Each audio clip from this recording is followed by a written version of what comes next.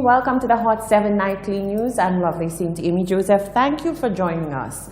There has been major fallout from the announced increase in tuition fees at the Sir Arthur Lewis Community College. 24 hours after a meeting with the Cabinet of Ministers, the entire Board of Governors resigned. Tuesday, Education Minister Dr. Gail Rigobert confirmed receipt of the resignation letters. A statement from the ministry indicated on Monday that Cabinet will name an interim board to oversee the restructuring and transformation of the college. Meanwhile, the opposition spokesman for education is having great difficulty in believing that the Ministry of Education and by extension the government was not consulted on the tuition hike. Senator Gideon Ferdinand, a former educator, is of the view that something is amiss. The introduction of universal secondary education, the one laptop per child initiative, the $500 bursary to parents, bursaries to students at Arthur Lewis. We have student loan facilities to make it possible for students to access loans. Even the materials allowance for teachers contributes to that. And of course, don't forget that we had promised to assist with the payment of CXC fees. Now, all of these are examples of ways in which the St. Lucia Labour Party has attempted to assist and make it easier for students to afford an education. The UWP cannot speak of out of a single initiative geared towards making education more affordable or, for that matter, more accessible. And so what we have now is that the board of Sir Arthur Lewis, our premier educational institution, has resigned.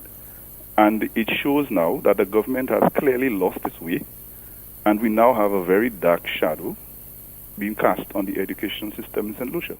On Monday, the government's senior communications officer informed that government is supporting the SALCC to the tune of $15 million. Gideon Ferdinand is also calling on the government to reveal its plans for resolving the situation, indicating that the former Labour government faced a similar case in 2015. However, he says the matter did not result in any resignations. Rather, several initiatives were continued to ensure that education was affordable.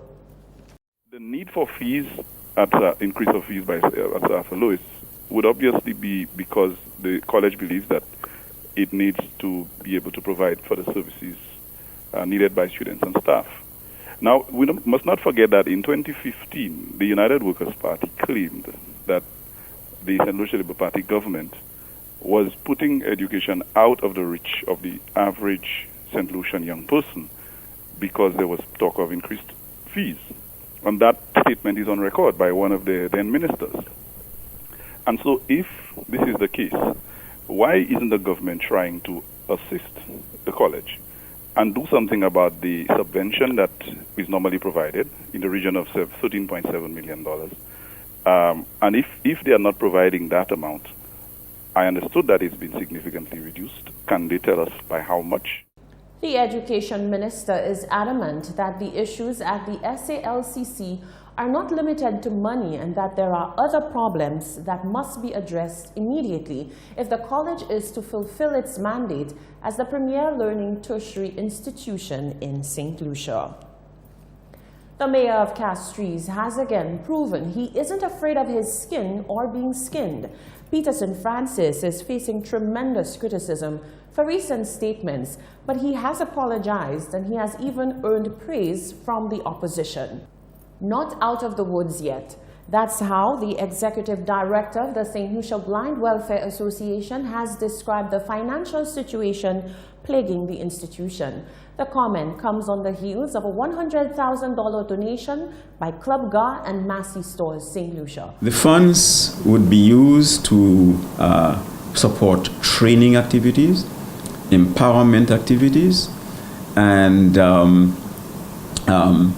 so anything that is in relation to developing the capacity of the association to serve, to provide an improved service to the clients, the money would be used for that. We can't use it to cover recurrent costs like your electricity bills and da. So in that way, it is along the line of any project agency which agreed that these are the specifics that you can do with this money. But outside of that, we certainly are very grateful for it, because these things we have to do it, and then if we do not have the resources to do them, it just would not be possible. So we are very grateful to Club GA, and not only because of the money, but you would notice that they created quite a hype of awareness. The Club GA personnel, when myself listening to them, they were sounding even more convincing than myself. So there is a lot lot of fallout from that exercise and that experience, which is even greater than the actual money.